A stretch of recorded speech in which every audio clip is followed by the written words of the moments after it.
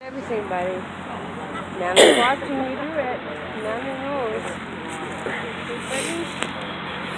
Good evening, ladies and gentlemen. Beauty, welcome to our sunset ceremonies for Wednesday, November 7th. We'd like to thank you all for taking time out of your busy days and coming down to share this moment with us. It's a very traditional ceremony, and it is mainly a ceremony of bugles and pipes.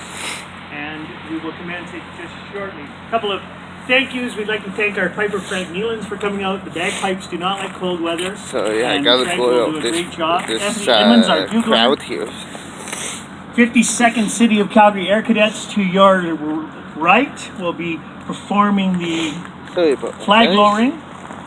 To my right, your left, you can see members of the Calgary Fire Department, Calgary Police, Sheriffs, the 41st, the commander of the 41st or 33rd Engineering Squadron. Major Nick Seeley is here.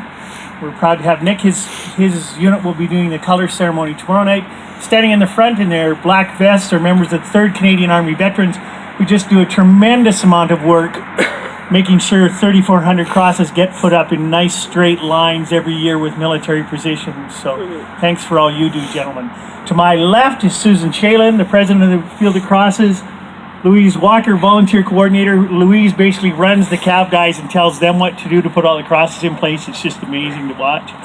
And Murray McCann, the founder of the Field of Crosses. Before we start our ceremony tonight, I want you to think about where we are and what it means. We're standing in, this is called Sunnyside Bank Park. We like to call it the Field of Crosses now. There are 3,400 crosses here, each representing a Southern Albertan who fell in one of Canada's wars. But they're not here. Our service people were buried where they fell. They're in France, they're in Belgium, they're in Italy, they're in Sicily, they're in Korea, they're in Hong Kong.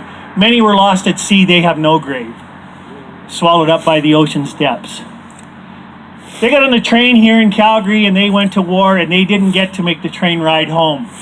So we like to think of this as their homecoming, where for 11 days from the 1st to the 11th of November, we pause to remember them and thank them and show our gratitude for what they did so that we can have the life that we have in this beautiful city behind us.